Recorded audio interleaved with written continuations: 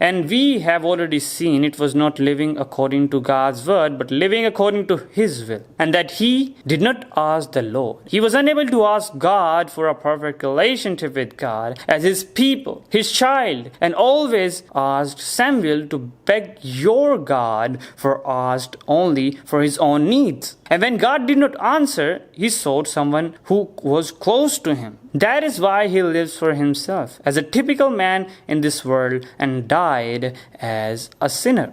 The eternal and unchanging Word of God. One story. 36. Saul. 1 Samuel chapter 8 to chapter 15.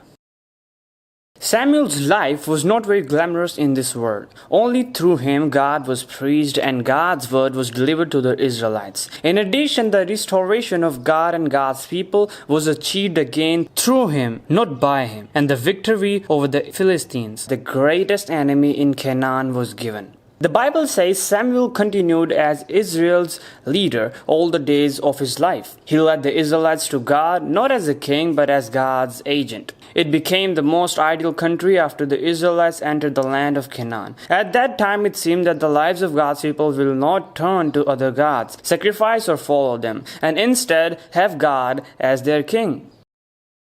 Like all nations set us a king to rule us, all the elders representing the Israelites came to Samuel. They said, "You are old, and your sons do not follow your ways. Now appoint a king to lead us, such as all the other nations have." We need to look carefully at these words. Samuel's sons were set as judges who succeeded Samuel. But they were not like his father Samuel, taking bribes according to their interest and being dishonest in their judgment. So the people said to Samuel, "Your sons do not follow your ways." They were saying the problem was with Samuel's sons. Then, instead of sons of Samuel, who were the cause of the problem? They should have said, "Set us a worthy person to be our judge." But instead they wanted a man king instead of God. They wanted to change God, who was their king, with a human king. At that time I will surely hide my face. The Israelites confessed for serving foreign gods in the chapter right before, and with God's help they won against the Philistines. But they still did not see God and only saw the human Samuel. From the time of the Exodus to the wilderness, the human Moses was seen. During the Canaan conquest, the human Joshua was seen. In the days of Judges, human judges were seen, and now human Samuel is being seen. That's why, like the time of the Judges, when that person died, God also left. This is an unfortunate part, but it is actually something that is revealed throughout the Bible. Already in the book of Deuteronomy, Moses said, "And the Lord said to Moses, you are going to rest with your ancestors, and these people will soon prostitute themselves to the foreign gods of the land they are entering. They will forsake me and break the covenant I made with them. And in that day I will become angry with them and forsake them. I will hide my face from them, and they will be destroyed. Many disasters and calamities will come on them, and in that day they will ask, have not these disasters come on us because our God is not with us? And I will certainly hide my face in that day because of all their wickedness in turning to other gods." Therefore, it is natural that the Israelites cannot see God right now. Only when God shows himself, the people who are sinners can see and meet him. Noah, who received God's grace, Abraham, Moses, and Samuel, who received God's calling, Isaac, Jacob, Joseph, Joshua, and Caleb, who lived as men of God, were all called by God in God's plan, not by their own goodness, and because God met them, and they were able to recognize God, receive it by faith, and live as God's people. The Bible is telling that story right now. We should not be throwing stones at the Israelites, but look at them and at ourselves with regret. We too can recognize God only when God calls, shows, and meets us. God's word can become life. So God said, "Go and tell this people, be ever hearing, but never understanding, be ever seeing, but never perceiving. Make the heart of these people calloused, make their ears dull and close their eyes. Otherwise they might see with their eyes, hear with their ears, understand with their hearts, and turn and be healed."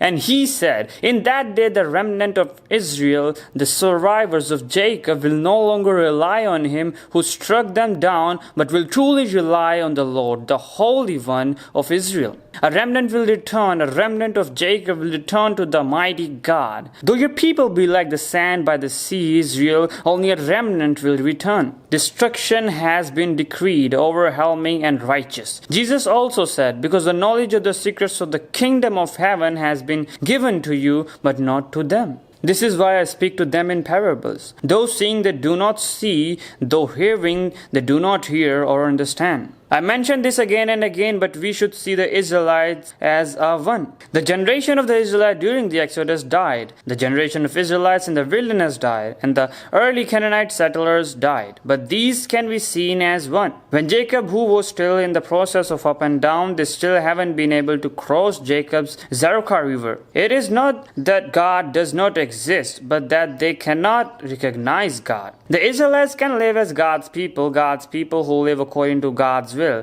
only after they go through the book of songs, book of prophecies, and after the descent of the Holy Spirit through Jesus Christ, who comes with the book of Gospels, happens. In other words, when God comes and meets them. Of course, apostles and early church members will appear as representatives of the Israelites, not all of Israel. Listen to them and set a king.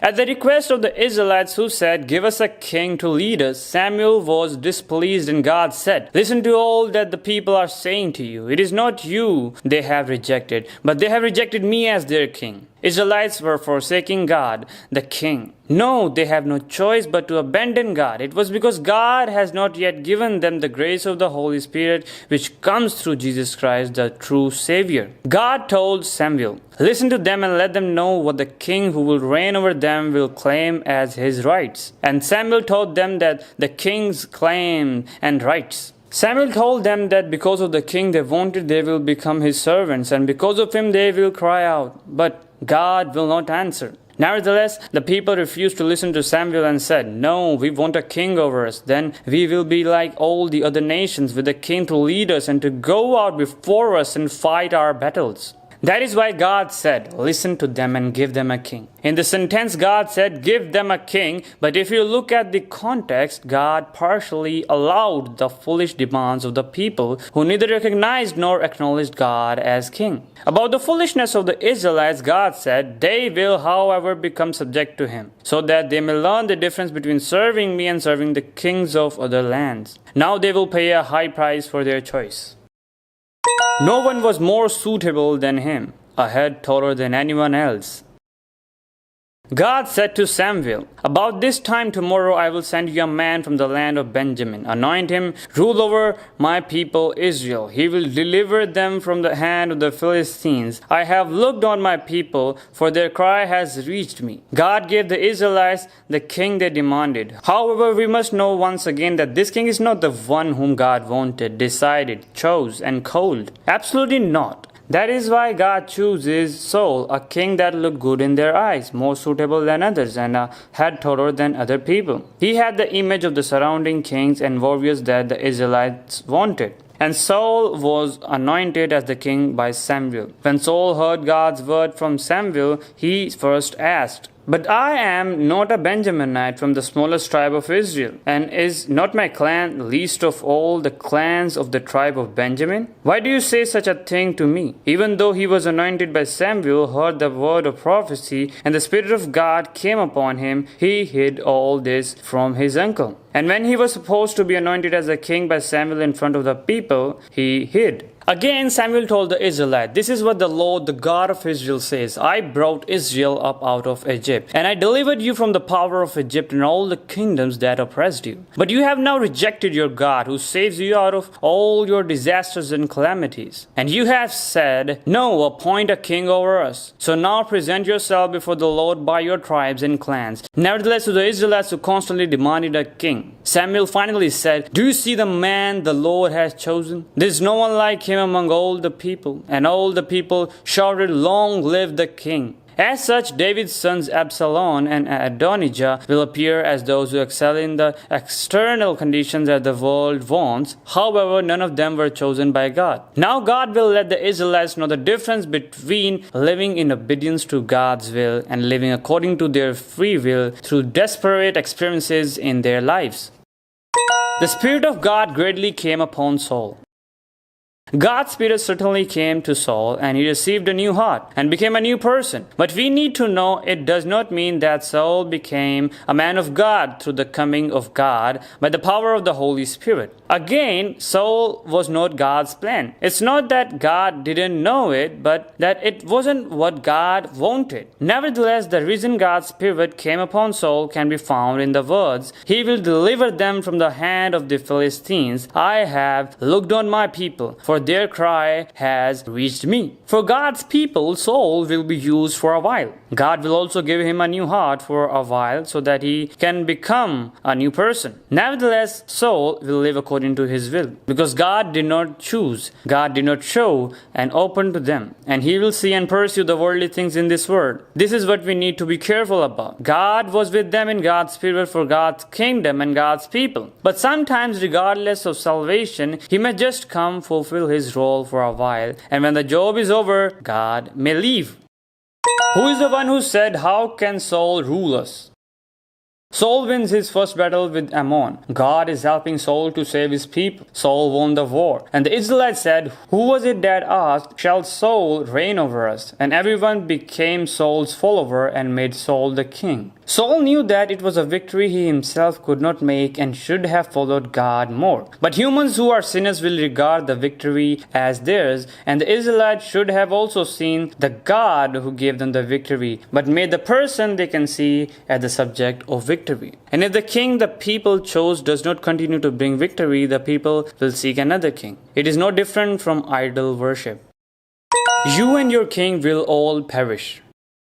Samuel rebukes the Israelites to a degree of shame after they won the war against Ammon. Samuel said that God was the one who led their ancestors out of Egypt through Moses and Aaron. God was the one who let them live in this place, the one who delivered the Israelites to their enemies for forgetting God, and the God who saved them when they cried out in their sufferings. Even though God was the fullest king of the Israelites, he gave them a king because they said, "We want a king to rule over us." And he said, "Pray to the Lord your God for your servants so that we will not die. For we have added to all our other sins the evil of asking for a king." There is a fatal mistake in the Israelites' confession. Pray to your God for your servants. They are still afraid of the visible Samuel, and Samuel was the ruler. And God was not their personal humanly God, but Samuel's God. They seemed like they were repenting, but the bottom line was, "Save us." Samuel said, "You have done all this evil, yet do not turn away from the Lord, but serve the Lord with all your heart. Do not turn away after useless idols. They can do you no good, nor can they rescue you, because they are useless." For the sake of his great name of the Lord will not reject his people, because the Lord was pleased to make you his own. As for me, far be it from me that I should sin against the Lord by failing to pray for you. And I will teach you the way that is good and right. But be sure to fear the Lord and serve him faithfully with all your heart. Consider what great things he has done for you. Yet, if you persist in doing evil, both you and your king will perish. And talked as if he was vomiting blood. But we know that if grace does not come upon education, preaching, nagging, or a stick cannot make them know God. The king has acted in vain. A war between the Israeli army led by Saul and the Philistines, the enemy of Canaan, started. The relatively inferior Israeli troops rushed to defend rather than attack, and there were people who hid, trembled, and even fled. In such an urgent situation, if Saul was the one held by God, he will hold on to God. When the situation became urgent, Saul himself offered the sacrifice which was supposed to be offered by Samuel the priest. At a glance, it may seem like he relied on God, but it is perfect only if sacrifices are offered to God in God's way. It is not something anyone can offer, like serving and treating foreign gods. God is not an idol. So after Saul offered the sacrifice, Samuel came and said, "You have done a foolish thing. You have not kept the command the Lord your God gave you." That's right. To have God as king is to acknowledge God as God and to serve God in His way. Let me worship your God before my people. Through Samuel, the decisive command of God fell on Saul, who lived as king during the ongoing war. It was the war against Israel's enemy Amalek, who God said they will fight from generation to generation. In this war, God said, "Now go attack the Amalekites and totally destroy all that belongs to them. Do not spare them, put to death men and women, children and infants, cattle and sheep, camels and donkeys." And God gave them victory. However, Saul did not obey God's command and saved Agag, king of Amalek, sheep, cattle, and other goods. About this, God said to Samuel, "I regret that I have made Saul king, because he has turned away from me and has not carried out my instructions." God did not use the word regret because Saul didn't know that. Knowing the outcome of the Israelite decision to set a king, he showed regret for all of these situations. Saul regards it as a victory he has made and makes a monument for himself. This is human stupidity and evil. It is intercepting the glory of God and becoming the subject. Samuel rebuked Saul for saying, "I did obey the Lord in this matter." But Saul was in a hurry to make excuses. Samuel's rebuke continued and Saul admitted his crime. But he said, "It was because I was afraid of the men and so I gave in to them." The reason Saul feared the people was that until Saul, the army of Israel was only at the level of a militia. As in the war of Gideon, when a war situation arises, it was another war to gather those who would go to war to fight. At this time, the reason of those who participated in the war was not for God, but for themselves, hoping to get the spoils of the war. However, if King Saul killed all the good sheep and cattle, there would be no loot to give to those who participated in the war. Then they would be dissatisfied with King Saul. Their support for Saul would decrease, and eventually they would find a king other than Saul. This was what Saul was afraid of. Nevertheless, after hearing Samuel's rebuke, Saul had to hold on to God because it was not by the people but by God that Saul was made king. But Saul pleaded with Samuel, "I have sinned, but please honor me before the elders of my people and before Israel. Come back with me, so that I may worship the Lord your God." Saul asked to exalt me in front of my people and to worship your God. This is the difference between the one who belongs to God and the one who belongs to the world, fears the situation, and is held up by people. Eventually, due to this incident, Saul would no longer be the king. It doesn't mean that he can no longer rule as king from then on, but that God won't sustain him with joy. We need to understand this. He can have a position and do God's work for a while, even when God is not with him in joy. However, it is unfortunate for him and for others. Eventually, Agag, the king of Amalek, the symbol of Satan, was not killed by Saul, the human king, but was killed by Samuel, the man of God. Bible evaluation of Saul. Saul, who lived his whole life for his own country, not for God's kingdom, called the strong or brave people whenever he saw them. Because he could not rely on God, he had no choice but to rely on people. Samuel tells Saul, "You have rejected the word of the Lord, and the Lord has rejected you as a king over Israel." God will surely do this. God did not answer when Saul asked, and did not answer him through a dream, an Urim, or a prophet. Saul eventually died in the battle against the Philistines. The Bible says Saul died because he was unfaithful to the Lord. He did not keep the word of the Lord and even consulted a medium for guidance and did not inquire of the Lord. So the Lord put him to death and turned the kingdom over to David, son of Jesse. Regarding the reason for Saul's death, the Bible says that Saul sinned against God first. Although he was a king set by God, he feared the people more, built a monument for himself, and intercepted the glory of God. And that Saul did not keep the word of God. Now the Bible will show Saul's story with David's story. God will bring David, the king of God's choice, instead of Saul, the king of man's choice. And through that David, God will picture the true king, Jesus Christ, more clearly. The more and more clear story of God's zeal for Jesus Christ and God's people continues.